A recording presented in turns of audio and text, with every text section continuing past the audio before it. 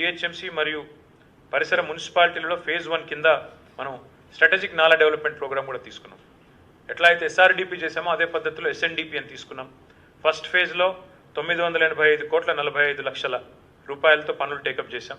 అందులో 35 పనులు 747 కోట్ల 45 లక్షల రూపాయలతో 46 కిలోమీటర్ల పొడవున 35 పనులు తీసుకుంటే ఒక 24 పూర్తయినాయి.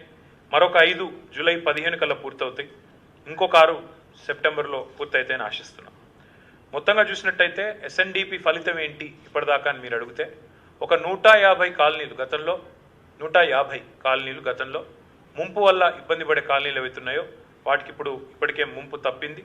మిగతావి కూడా పూర్తయితే మరొక 60-70 కాలనీలు అదనంగా లాభపడతాయనేది మా అంచనా. అంటే హైదరాబాద్ కాకుండా చుట్టున్న మున్సిపాలిటీలో బోడుప్పల్ కావచ్చు, ఫిర్జాదిగూడ కావచ్చు, 238 కోట్లతో చేపట్టిన 19 పనుల్లో 7 పూర్తయినాయి, మిగతా 12 పురోగతిలో ఉన్నాయి. మొత్తం 18 కిలోమీటర్ల మేర తీసుకుంటే స్టామ్ వాటర్ డ్రైన్స్ 10 కిలోమీటర్లు పూర్తయినాయి, మిగతాయి కూడా తప్పకుండా చేస్తాం. Life is normal in Hyderabad despite all these rain warnings that we have been giving for Telangana and the red alerts in multiple districts. To the credit of, I don't know whether it's BRS government, Congress government, the administration, even all those areas which otherwise are waterlogged tend to be waterlogged for a long time even after a small downpour.